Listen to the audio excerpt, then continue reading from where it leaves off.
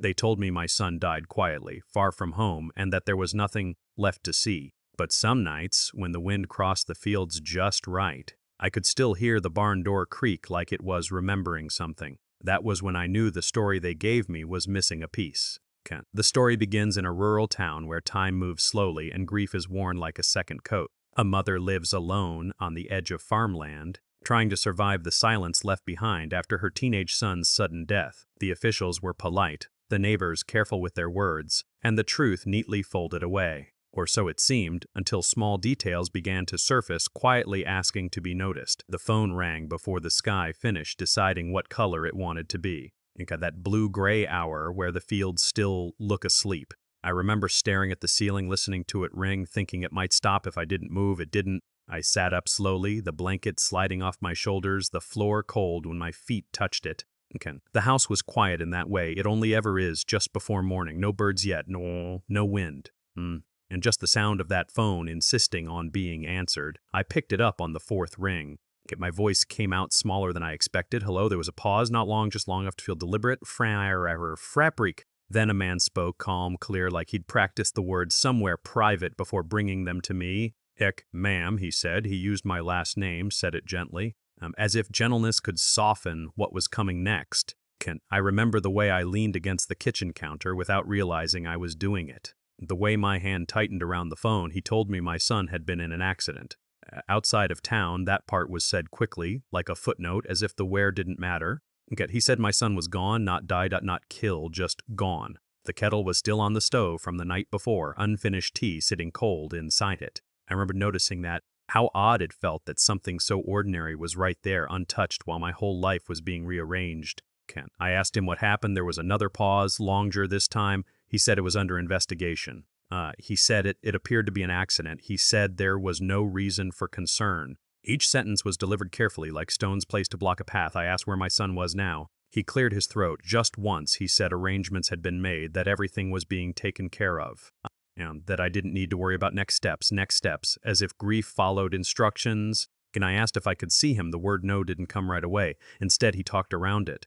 He said it wouldn't be advisable. He said there was nothing to be gained. He said it would be better to remember my son as he was. I looked down at my free hand and noticed it shaking. I pressed it flat against the counter until it stopped. I asked him where the accident happened again. He repeated the same phrase, outside of town. Near the old service road. I knew every road outside of town, every dip and curve and fence post, but he didn't offer anything more. The conversation felt like it was sliding toward an ending I hadn't agreed to. His voice stayed even, professional, unmoved. He told me someone would be by later that morning to go over paperwork. That I should try to get some rest. Rest. I listened to him breathe on the other end of the line. Slow, unbothered. I asked one last question. Was he alone? There it was, again, that pause. He said yes, and too quickly. Then he told me he was sorry for my loss. I don't remember saying goodbye. I only remember the sound of the line going dead.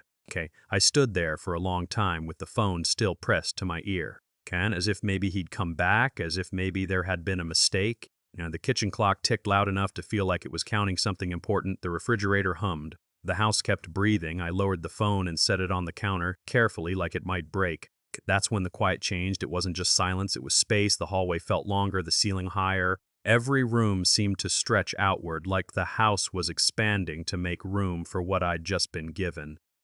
I called my son's name once, not loud, just enough to hear it leave my mouth. Nothing answered. Takenau? His shoes were still by the door, mud dried along the edges from the night before. I noticed one lace was untied. I sat down at the kitchen table and folded my hands together. They looked older than they had yesterday. Outside, the light finally reached the fields. A thin line of gold cutting across the frost. Morning arrived like it always did, on time, indifferent. I replayed the call in my head, the pauses, the way his voice never wavered. The way he didn't ask me if I was sitting down. It felt like he knew something I didn't. Like he was guarding it. I stood and walked through the house slowly, past my son's room. The door still half open, his bed unmade, a book face down on the floor. Nothing had changed. And yet everything had. When I reached the front window, I rested my forehead against the glass. It was cold, grounding. A car passed on the road, tires hissing softly against the pavement. Life, still moving. I wondered who else knew. How many people had practiced their calm voices already? The phrase kept circling back. Everything has been handled. Handled by who, decided when, without me where? The silence pressed in again, not empty, not peaceful, rehearsed. Like a room after someone leaves in a hurry, furniture still warm, air still unsettled. I stayed there until the knock finally came later that morning. Or can't. But even before it did, I understood something had already begun. The call hadn't just told me my son was gone. It had asked me to accept a version of events. And standing there in a house that suddenly felt too large to hold the truth, you know? I knew I wasn't ready to do that yet. The days after the call didn't arrive one by one, they came all at once, stacked on top of each other like unopened mail, and morning light kept finding its way through the curtains no matter how tightly I pulled them closed, and dust floated in it slow, unhurried, like it had nowhere else to be. I started keeping the television on, even when I wasn't watching, just for the sound of voices that didn't expect anything from me. The house felt different without footsteps moving through it, too still, like it was holding something back. I learned how to fill out forms without reading them, name, date, relationship, mother. That word sat heavy in my mouth every time I had to say it out loud. People came by with casseroles wrapped in foil and expressions they'd borrowed from somewhere else.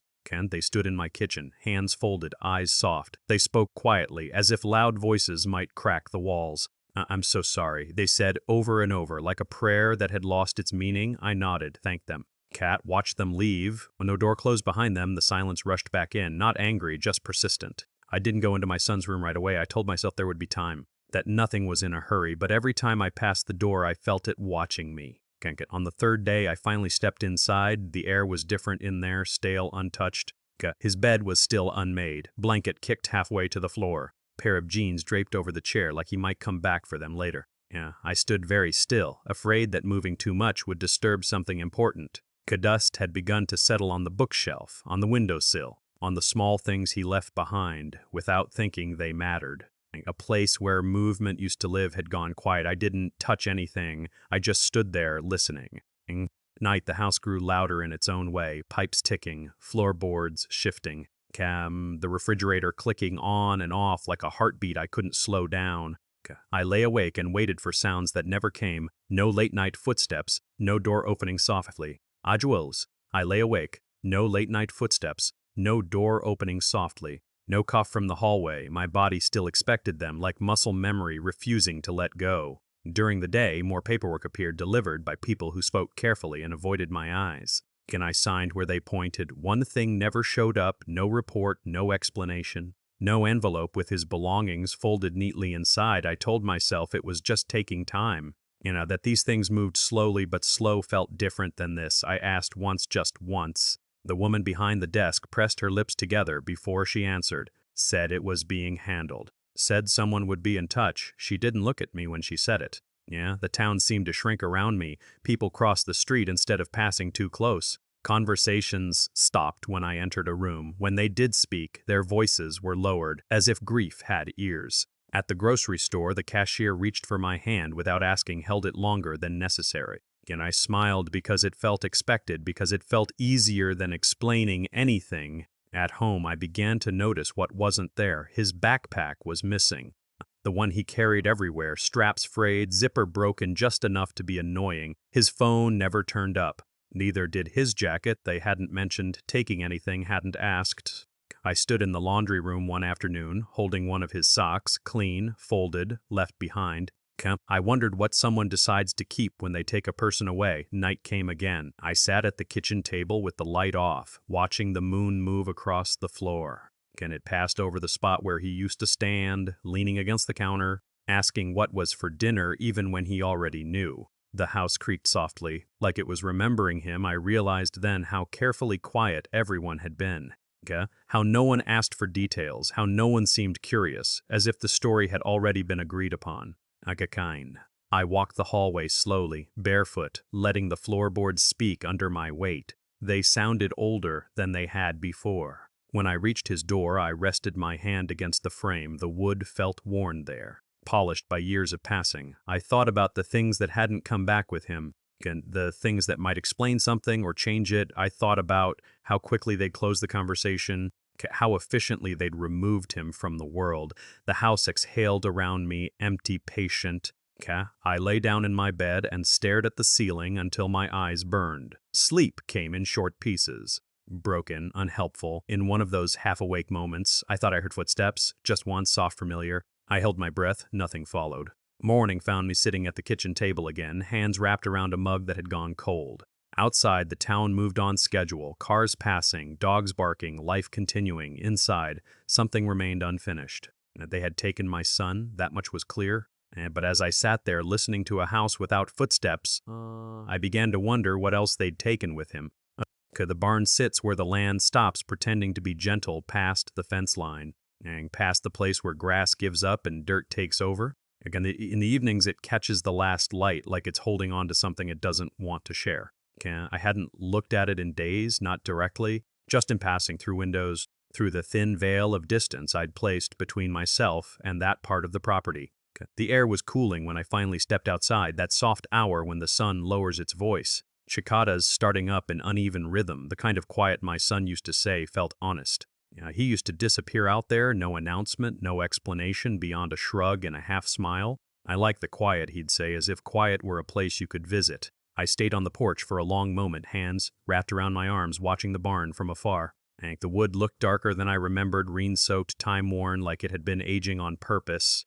I hadn't stepped inside since before the funeral, before the casseroles, before the soft voices and careful looks.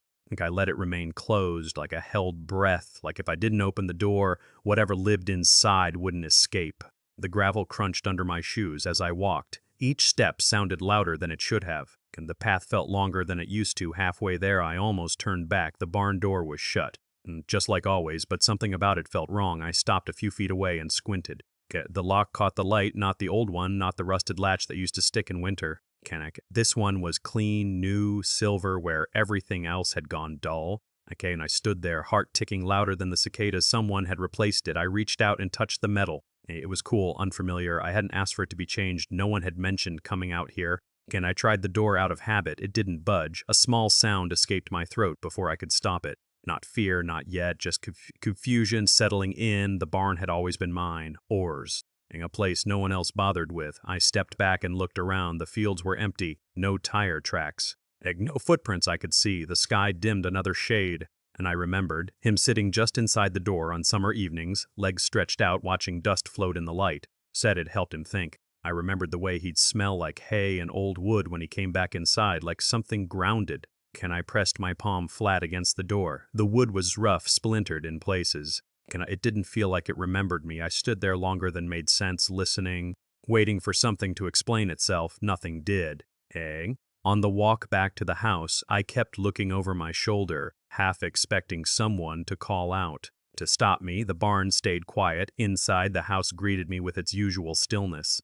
I closed the door behind me and leaned against it, breath shallow. My son had loved that barn because it asked nothing of him, no questions, no expectations. Now it felt like it was asking something of me. That night I dreamed of locks, rows of them, each one different, none of them opening. I woke before dawn with the image still clinging to me. The next evening I went back. The light was lower this time, shadows longer, the air thicker. I brought a flashlight I didn't turn on. I crouched near the door and examined the lock again. There were scratches around it, fresh, careless. Someone had been in a hurry. My chest tightened in a way I recognized. The feeling that comes right before a truth decides to surface. I rested my forehead against the wood and closed my eyes. I thought about the things that hadn't come home with my son, the backpack, the jacket, the phone.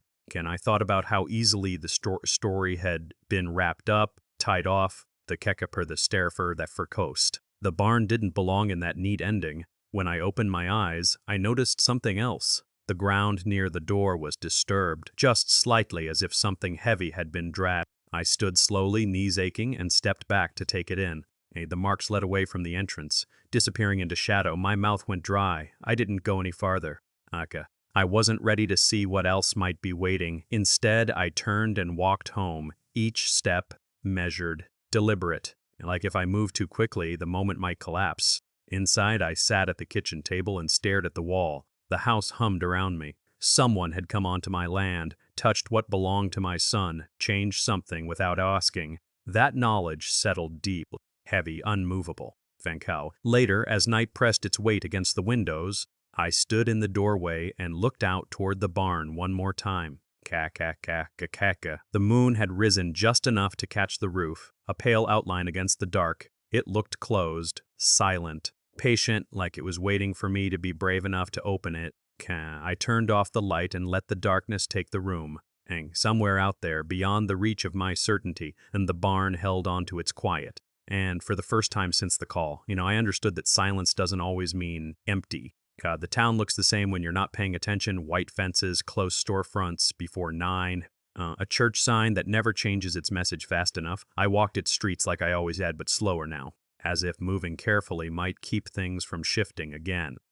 The air carried the smell of cut grass and something metallic underneath it, like rain waiting its turn. I started with the people who knew my son, or said they did. I told myself I was just asking. Just listening, not looking for trouble, not yet at Mrs. Calloway's house. The porch creaked beneath my feet the same way it always had. She hugged me without warning, her cheek damp against mine. I heard she said. Her voice dropped on the word like it might break. She told me she'd seen my son that afternoon. Said he was riding his bike toward the service road, said it was just before sunset. I nodded, thanked her. Later that day at the gas station, the clerk said something different. He remembered my son walking. Said it was earlier, mid-afternoon, bright out. He seemed fine, the clerk added quickly, too quickly. I let it pass. At the town office, a woman with tidy hair and tired eyes slid a paper toward me. She said the call came in around 6. Said response was immediate. 6, Mrs. Calloway had said sunset. The clerk said mid-afternoon. I asked her to repeat it. She smiled, but not with her eyes. And check the paper again. Yes, she said. 6. I walked out with the paper folded too neatly in my hand. Again, the thing about small towns is that people talk because silence feels suspicious. But when the wrong questions show up, the talking changes. I stopped by the hardware store. The bell over the door rang sharp and loud. Mr. Hensley leaned over the counter and asked how I was holding up. Didn't wait for an answer. He told me he heard my son's accident happen near the old bridge. Said that stretch of road was dangerous. Always had been. I thanked him and stepped back into the daylight.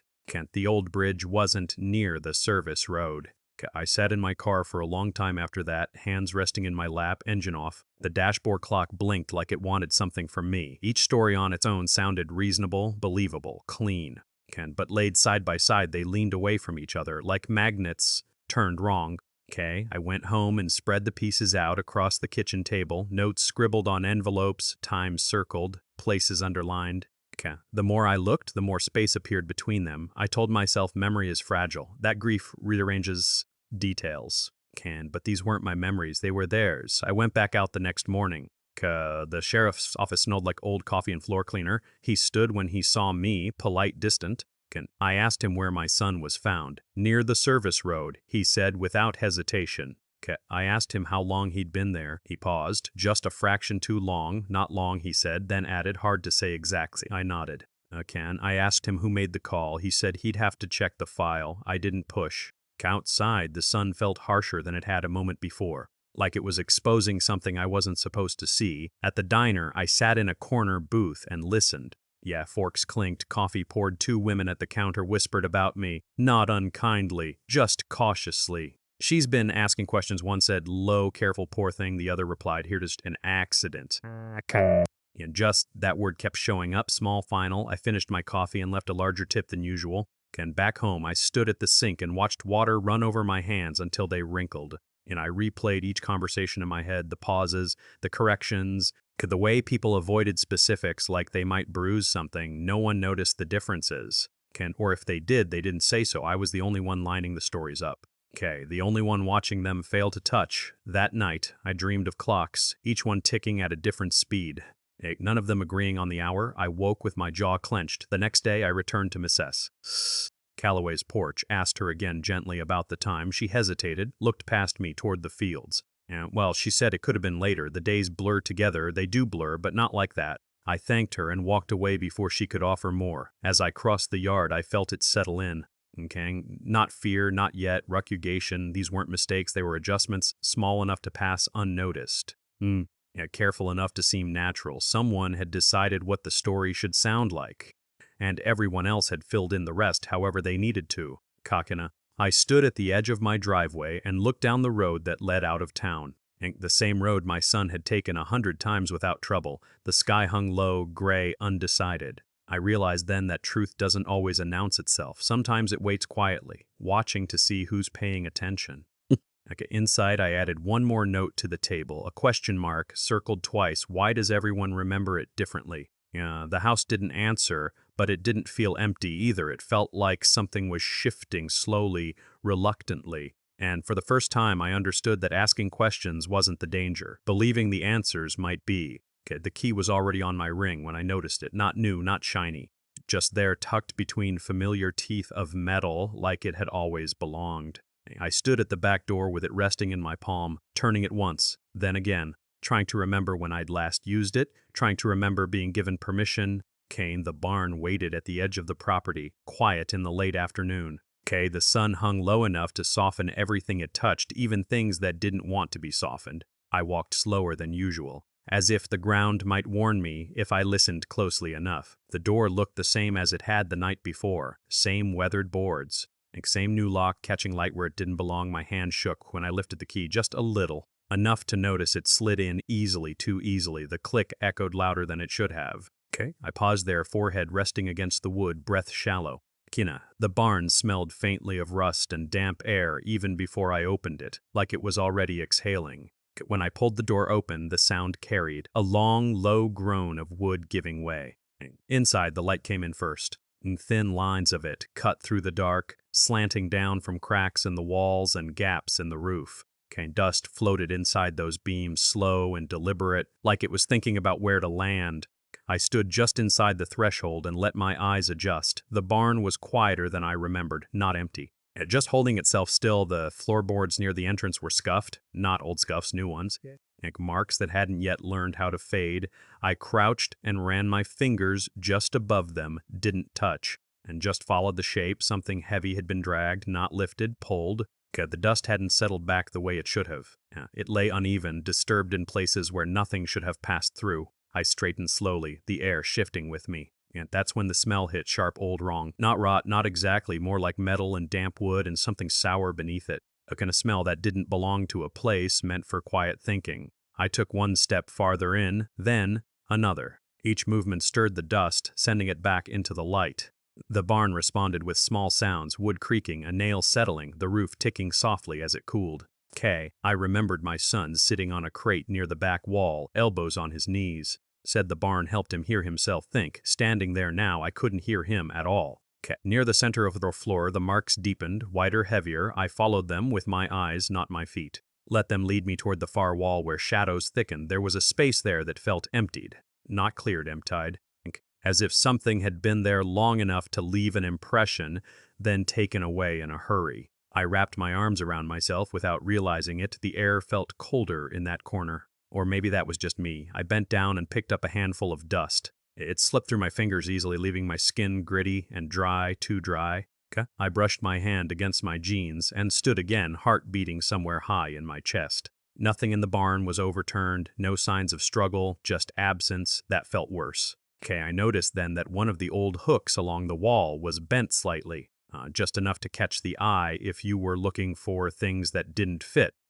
I reached out and touched it. The metal was warm from the day, my breath caught. I didn't know what I was looking for, only that I was no longer alone with my questions. The barn had answers, or at least evidence of them. I stepped back toward the door, suddenly aware of how enclosed the space felt. How the light stopped just short of the corners. Outside, the wind moved through the grass, whispering against the walls.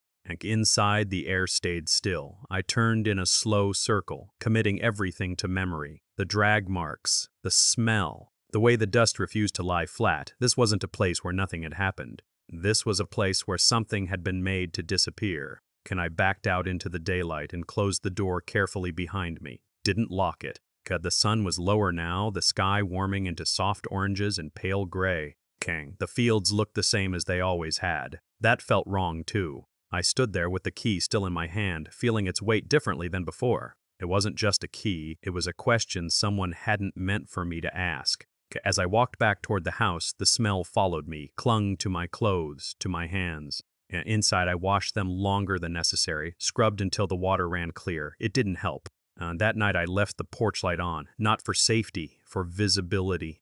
From the doorway, I could just make out the shape of the barn against the dark, still, unassuming It looked like it always had, but I knew better now. I lay in bed and stared at the ceiling, replaying the way the dust had hung in the light, and the way the floor told its story without words. Something had happened in that barn after I stopped coming. After they said everything was handled, the house creaked softly, settling around me. Outside, the barn held its breath again. And somewhere between sleep and waking, I understood this wasn't the end of my questions. Kempers to Frank. It was the first time the place itself had answered back. The rain had come and gone without asking. It left the ground dark and smelling of iron. When I stepped into the barn that morning, the air still held on to it, cool and heavy like a memory that hadn't decided whether to stay. Light filtered in the same thin way it always did, old light, patient light. A.K. I stood just inside the door and listened, to the drip of water from the roof, to the faint settling of wood, to my own breath, louder than I wanted it to be. Okay. I hadn't planned to look deeper. I told myself I was just checking, just standing, just remembering. The barn didn't believe me. I walked toward the back wall where the shadows stayed thicker, where the dust never quite learned how to rest. The board stack there had been rotting for years, leftover lumber from a fence we never finished, soft with age. Unstable, my son used to sit near them sometimes, said the smell reminded him of his grandfather's place. Said it made him feel older than he was. I reached for one of the boards to steady myself. Yeah. It shifted just a little, enough to show me something tucked behind it, something that didn't belong to the barn. Okay. My heart stuttered, not fast, just wrong. I crouched and moved the board aside carefully, like I might spook whatever was hiding there. Dust lifted into the air, floating through the light in slow spirals. That's when I saw it. I didn't recognize it right away, not consciously, but my hands did. They started aching before my mind caught up. It was his, there was no question about that, worn in the places only his hands would wear. Marked in a way that felt intimate, specific. A small thing, ordinary, damaged, one corner bent, scratched deep along the surface. Dark stains I didn't want to name. I picked it up slowly, like it might fall apart if I moved too fast. The weight of it surprised me. Not because it was heavy, because it was full of him. I turned it over in my hands, thumbs tracing familiar edges. My breath came shallow, uneven. This had never been mentioned, not once. No one had said it was found. No one had asked if I wanted it back. It should have been returned, or buried with him. Or at least acknowledged. Instead, it was hidden, left behind wood that had already begun to decay. I sat back on my heels, the floor cold even through my jeans. My mind tried to make sense of it in pieces. Why was it here? Why wasn't it with the rest of him? Why did it look like someone had dropped it in a hurry? I imagined hands that weren't mine, fumbling, deciding, choosing to leave this behind. The thought made my throat tighten. I pressed the object to my chest without thinking, just for a moment, just to feel something solid. The barn creaked softly, like it noticed. I stayed there longer than I should have, letting the dust settle back onto my hair, my shoulders, letting the smell of damp wood sink into my clothes. This wasn't an accident of forgetting, this was a decision. Someone had looked at this thing and chosen not to give it back to me, chosen not to admit it existed. I stood slowly, knees protesting, and held it out in the light. The stains caught differently there, darker, more honest. I swallowed hard. I remembered how careful they'd been with their words, how polished, how complete the story sounded. This didn't fit into that neat shape. I slid it gently into the pocket of my coat, not to hide it, to protect it. As I turned toward the door, the barn felt smaller, closer. Like it was closing ranks around what it had kept secret. Outside, the sky had cleared. The field steamed softly as the sun warmed the wet ground. Birds moved along the fence line, unbothered. I stood there a moment, one hand still pressed against my pocket, feeling the outline through the fabric. The house looked the same as it always had, still waiting. Inside, I set the object on the kitchen table and stared at it from across the room. Didn't touch it again. The table had held birthday cakes, regabber. Didn't touch it again. The table had held birthday cakes, combwork, late-night coffee cups. Now it held proof. I made tea and forgot to drink it, watched steam curl up and disappear. I thought about the men who spoke calmly on the phone, the neighbors who lowered their voices. The officials who assured me everything had been handled. Schertl didn't include this. Kendall didn't include the way my hands still wouldn't stop shaking. As evening came on, the light in the kitchen shifted, sliding across the table and catching the object just right. For a moment it looked almost untouched, almost safe. I knew better. I picked it up once more, carefully this time, and turned it over, found a mark I hadn't noticed before. Small. intentional. My breath caught. This hadn't just been dropped, it had been through something. I wrapped it in a clean towel and placed it back on the table, like you might do with something fragile that hasn't healed yet. Outside, the barn sat quiet at the edge of the land, empty now, relieved. Okay. I understood then why this thing had been left behind, because it asked questions, because it refused to disappear quietly. That night I didn't turn off the kitchen light. I let it spill out onto the porch, onto the yard, reaching toward the barn. I sat at the table until the house grew tired around me. They had taken my son.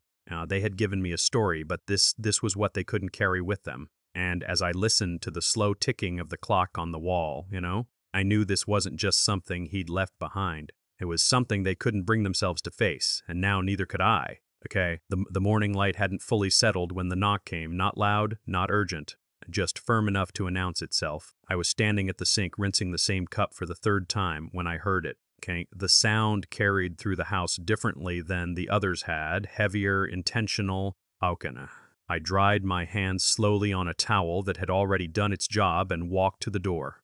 The floor creaked beneath me like it remembered every step I'd taken this week. And when I opened it, the sheriff stood on the porch with his hat in his hands, no car lights flashing. And no paperwork visible, just him framed by the pale morning. "Ma'am," he said, polite, mesmered. I nodded and stepped aside. He entered the house like someone stepping into a place they didn't intend to stay long. Careful not to touch too much, careful not to look too closely. The house felt smaller with him in it. He glanced around once, then his eyes moved past the windows, past the fields, past the fence line, until they found the barn. He didn't stare, but he lingered. That was enough. We stood in the kitchen. Morning light slid across the counter, catching on dust I hadn't wiped away. And the clock ticked loudly, impatient with the pause. "I just wanted to check in," he said. "Make sure you're doing all right." I waited. He cleared his throat and added, "These things, they're hard." I nodded again, didn't offer him a chair. His gaze drifted once more, drawn like a habit he hadn't broken yet.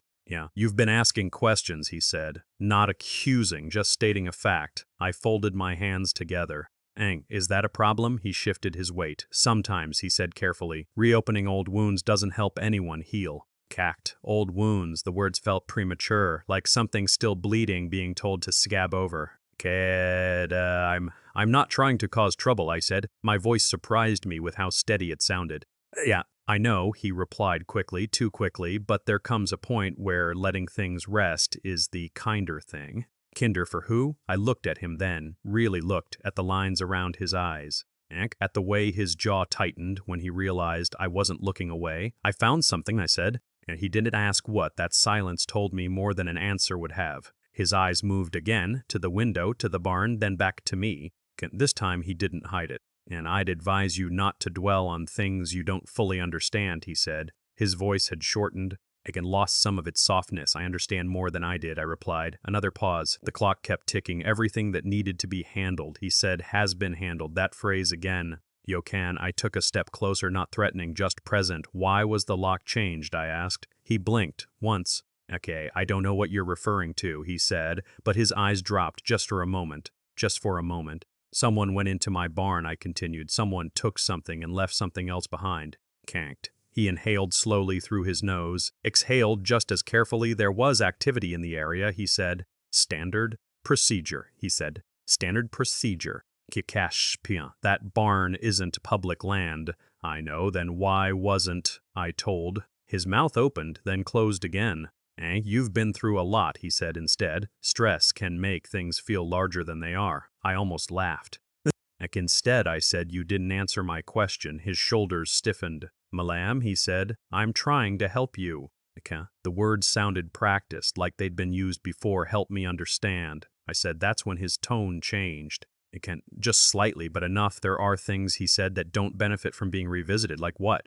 He didn't answer. His gaze moved back to the barn, drawn there like a compass needle, refusing to settle. "Now, I think it's best," he said finally, "if you focus on moving forward." Moving forward. Moving forward. Another neat phrase. "And if I don't?" I asked. He met my eyes, then really met them. His look wasn't unkind. But it wasn't free either. "I'd hate to see you get hurt," he said. The room felt colder. Not because of his words, because of what they carried underneath. I nodded once. Slow. "Thank you for stopping by," I said. He hesitated, then reached for his hat. At the door, he paused. Yeah, your son, he said, was a good kid, past tense final. And I watched him walk back to his car, gravel crunching under his boots. Watched him sit there a moment before starting the engine. When he drove away, the dust settled slowly, unbothered. Yuan, I closed the door and leaned my back against it, let the house hold me up. The barn stood where it always had, quiet, unassuming, but now I knew what the sheriff's eyes had already told me. He wasn't worried about my grief. He was worried about what I might uncover if I kept listening to it. I walked back to the kitchen and stood at the window, watching the morning finish waking up. Birds moved along the fence line. The world carried on, but something had shifted. The visit hadn't been about comfort or concern, it had been a warning. And as the light crept higher, spilling across the fields toward the barn, I understood that whatever had been buried wasn't meant to stay that way. Not anymore, not now that someone had noticed I wasn't looking away. It rained in the early hours, the kind that doesn't announce itself, no thunder, no urgency, just a steady, patient tapping that worked its way into the soil. Broken. By the time I woke, the clouds had lifted enough to let light through, palely washed thin. The yard looked darker than usual. The earth turned over on itself, smelling new and old at the same time. I stood at the window with my coffee untouched, watching the barn breathe out steam as the day warmed. Rain has a way of loosening things, not just dirt, memories, truths. I pulled on my boots and stepped outside. The grass bent under my weight, still slick, water clung to my cuffs. Seemed to straight and frecken. Each step made a sound like the ground was answering back. I hadn't planned to go straight to the barn, but my feet didn't ask me. The closer I got, the quieter everything became. Birds kept their distance. The wind slowed. The earth around the barn was darker than the rest of the yard, softened, uneven. I stopped a few feet away and looked down. The rain had erased some things, but it had revealed others. There were shallow depressions where the soil dipped unnaturally, not footprints, not quite, places where the ground looked tired. Recently asked to hold too much. I moved closer, careful now. The mud clung to my boots, reluctant to let go. Near the side wall, I saw it clearly, a stretch of earth pressed flatter than the rest, wider than a step. Longer than an animal would leave. I crouched and touched it. The soil gave easily beneath my fingers. Too easily. And I pressed harder and felt something resist, not solid, just packed. My breath caught in my throat. I hadn't brought a shovel. I told myself I wouldn't need one. Instead, I knelt there in the mud, skirt darkening at the hem, hands sinking into the ground like I was asking permission. The earth was cold, damp, enough, honest. I remembered my son as a boy digging holes near the fence, convinced he'd find something important if he went deep enough. He never did, but he always came back smiling. I brushed mud from my palms and studied the pattern again. Followed it with my eyes. It wasn't just one spot. There were several, not deep, not hidden well. As if whatever had been done here hadn't expected rain to come so soon. Or someone to look this closely. I sat back on my heels and closed my eyes. The sheriff's words echoed faintly. Let things rest, move forward. The ground had other ideas. I stood and walked the perimeter slowly, mesmered steps, counting without numbers. Behind the barn, near the fence line, the soil told a similar story. Disturbed, uneven. I knelt again, letting my knees sink into the wet earth. Didn't care about the cold now. I pressed my palm flat and felt the weight of it, the years, the truth. People can forget or pretend. Or agree to remember differently. The land doesn't do that. It holds what it's given. I noticed then how the grass bent away from certain patches, how water pooled there first. As if the ground remembered being opened, my hands began to shake, not from fear, but recognition. This wasn't a place of accident, this was a place of interruption. I wiped my hands on my jeans and stood, looking back at the barn, at the door. At the walls that had heard more than they'd ever say. The rain had quieted everything, softened edges. But it hadn't erased the work done here. I walked back to the first spot and knelt again. Closer this time, I leaned forward until my forehead nearly touched the ground. I whispered his name once. Not loud. Not asking for anything, the earth stayed silent, but it felt present. I pressed my fingers into the mud again and followed the line where the soil changed texture. Where it shifted from loose to firm. Someone had been careful, but not careful enough. I pulled my hand back and stared at it, mud packed under my nails, dark, heavy. I didn't dig. Not yet. This wasn't about uncovering everything at once. It was about knowing where to stand. I rose slowly, joints aching, and looked across the yard toward the house. It felt far away now. Like a place I used to live, the rain clouds thinned overhead, breaking into uneven shapes. Light slipped through in narrow beams, touching the ground like it was choosing where to look. One of those beams landed right where I knelt. I stood there and let the moment hold me. Came in first intro, first to come, first sue. The ground had spoken without words, without drama. It hadn't accused anyone. It hadn't offered explanations. It had simply remembered. I brushed myself off and walked back toward the porch, boots heavy with mud. Each step felt deliberate, claimed, inside. I washed my hands slowly, watching the water darken, then clear. The mud swirled away, but the feeling didn't. I dried my hands and rested them on the counter, steady now. Outside, the barn stood quiet, surrounded by softened earth that refused to forget what had been asked of it. I knew then that whatever story they'd agreed upon hadn't included the land, and the land didn't agree. That afternoon, I sat on the porch and watched the ground dry in patches, watched shadows move across the yard. I didn't need anyone to tell me what had happened, not yet. I just needed to know where the truth had been pressed down, where it waited. The earth would keep it safe a little longer, but not forever. And as the light shifted and the day moved on, I understood something clearly for the first time since the call. What was buried beneath their version of events was closer to the surface than they realized. The morning I started asking again, the fog sat low over town, not thick. Just enough to soften the edges of things. I stood on my porch and listened to it breathe. Cars passed without urgency. A screen door down the road opened, then closed. Everything looked the same. And that was the hardest part. I carried a folded list in my pocket, names I already knew, people I'd thanked once, people who had stood too close at the funeral. I didn't rehearse what I'd say.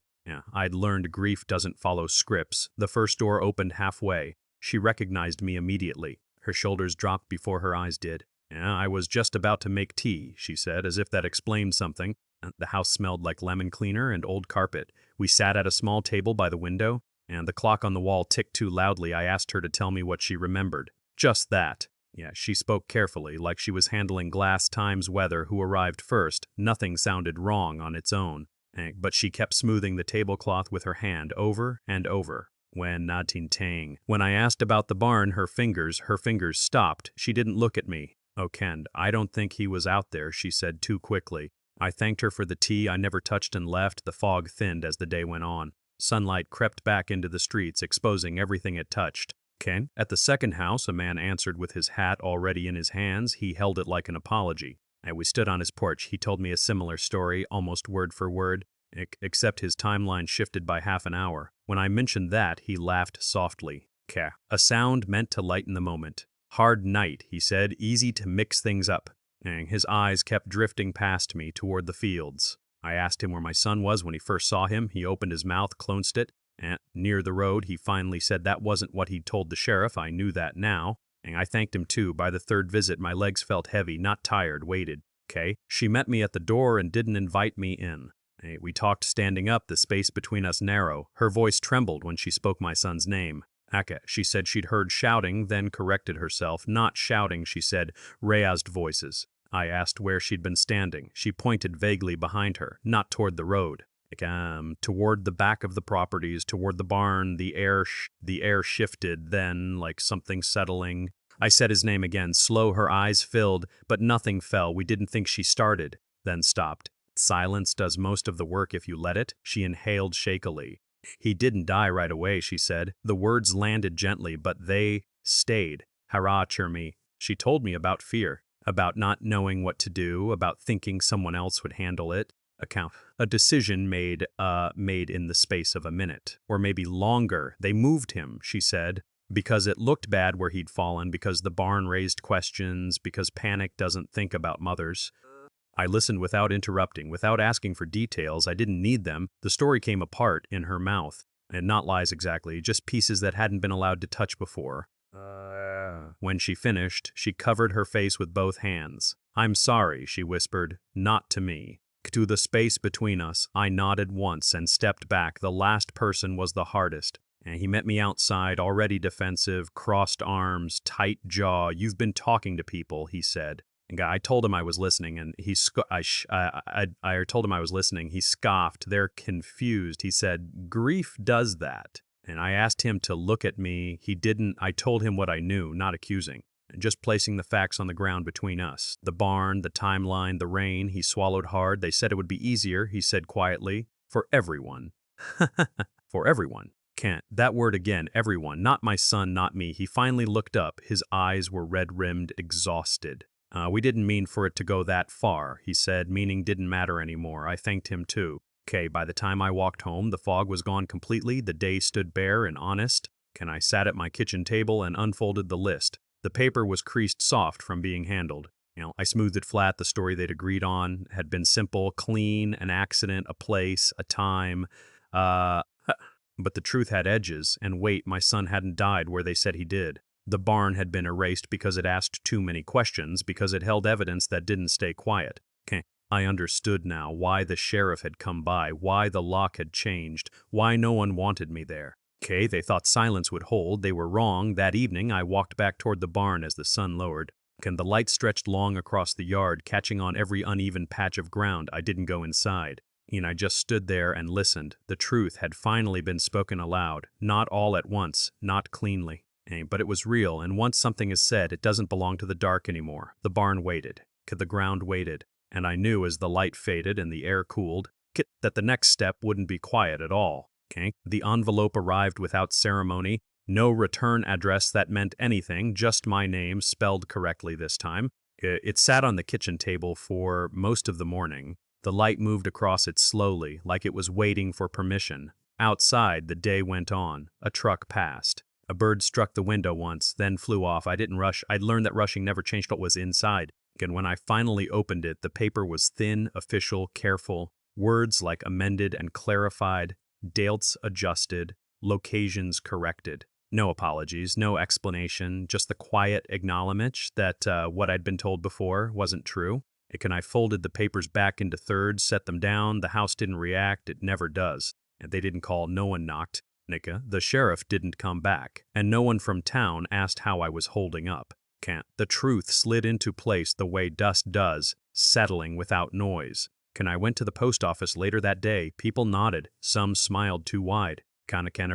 Sections to capture as Mike Asti. A woman I barely knew touched my arm and said, "Yo, I'm glad it's all sorted now." Sorted. I nodded back because that's what you do when words don't fit. When correcting them feels heavier than carrying them. On the walk home, the sky thickened with clouds. Not rain yet. Again, just the promise of it. The barn stood at the edge of the field, unchanged, still darkened by time. Kemperas Lazamashin the Moine Caddison. Still quiet in a way that felt deliberate. I hadn't been inside since the papers came. I waited until evening. The lock was easy now, no resistance, like it had finally decided to cooperate. The door opened with the same long groan, wood remembering itself. Inside, the light was low and amber, slipping through the slats in narrow bands. Dust floated where it always had. In Gutchdo, nothing dramatic happened. Nothing dramatic happened. Nothing ever does. I stepped in slowly, boots pressing into the dirt floor. The marks were still there if you knew how to look, faint, softened. The barn smelled like old hay and damp wood, and something else I couldn't name. Something that had been here longer than the lies. I stood in the center and let the door close behind me. The sound echoed once, then disappeared. This was where it ended and where it began. I pressed my palm to one of the beams. The wood was rough, splintered in places. My son used to lean here. I remembered that suddenly. He'd said the barn helped him think that it held things without asking questions. I hadn't understood then, now I did. I sat on an overturned crate and listened. No voices, no footsteps. Just the slow settling of a place that had been asked to keep too much, the paperwork said barn. Just once, a single word tucked into a paragraph. That was the justice of it, small, administrative. No one would stand trial, no one would lose so they weren't already losing. The story would remain mostly intact for everyone else. I thought I'd feel relief or anger. Instead, I felt tired. Truth doesn't always arrive like a storm. Sometimes it comes like dusk. Quiet, unavoidable, and a little disappointing in its softness. I traced the floor with my eyes. Where the dirt had been disturbed, where the rain had revealed too much. The ground had told me before the people did, that stayed with me. Land doesn't protect itself with excuses. It just keeps record. I wondered how many other stories were pressed into the soil around us. How many had been corrected only on paper, if at all. My son's name was no longer attached to a lie. That mattered. But the barn didn't feel lighter because of it. Outside, the first drops of rain began to fall. Soft, patient, they tapped against the roof in uneven rhythm. I stood and walked to the far corner, where the boards leaned just enough to let light through. Kent, the same place I'd found what they'd left behind. There was nothing there now, just shadow. I wasn't angry at the empty space, I understood it. Kent, when I stepped back outside, the sky had dimmed to blue-gray, the field blurred at the edges. Rain soaked into the earth, smoothing over footprints, softening lines. I stayed under the barn's overhang and watched. This place would never speak again, not the way it had. Its secret had already gone where it needed to go. I thought about what came next, not in big terms. Just the next morning, the next quiet task. Grief doesn't resolve itself because the truth shows up, and it just rearranges the furniture. I locked the barn behind me, not to hide anything. Just to mark the end of the day. The key felt lighter in my hand. As I walked back toward the house, rain darkened my sleeves, cold seeped in, the windows ahead glowed softly. And inside there would be silence and memory and tomorrow. I paused once and looked back. Near the barn stood still against the darkening field, empty now, finally honest. I didn't know if knowing the truth would be enough to carry me forward, but it was what I had. And for the first time since the call, the quiet didn't feel like it was hiding anything at all. The barn door stays open now, not wide, just enough. Morning light moves through it slowly, laying itself across the dirt floor like it's been invited back. The hinges don't complain anymore, they've worn themselves into acceptance. I stand at the kitchen sink most mornings and look out toward it. Steam rises from my cup, fogging the window, then clearing again. The world repeats itself in small, reliable ways. That's how time works. It doesn't ask permission. Weeks pass without announcement. The calendar pages turn. The grass grows higher along the fence line. Someone fixes the pothole at the end of the road. Someone else moves away without saying goodbye. The town settles back into its quiet rhythms like nothing ever broke them. And people stop lowering their voices when I walk by. They stop checking my face for cues. They start talking about the weather again, about crops, about school schedules, normal returns, because it always does. I let it. Grief doesn't need an audience. I go into the barn sometimes, not every day, not on a schedule. I don't rush anymore. Dust still floats in the light, but it feels different now, less like it's hiding, more like it's just passing through. The air moves freely. Birds slip in and out through the rafters, leaving behind small sounds that don't linger. The floor is smoother where the rain softened it. The earth has settled back into itself, carrying what it knows without showing it off. Now, the barn doesn't feel heavy now, it feels honest. I keep one of my son's things close, not locked away, not hidden. It sits on the small table by the window where the light reaches it every afternoon. Sometimes I touch it without realizing I'm doing it. Sometimes I don't look at it at all. Both feel right. I don't explain it to anyone.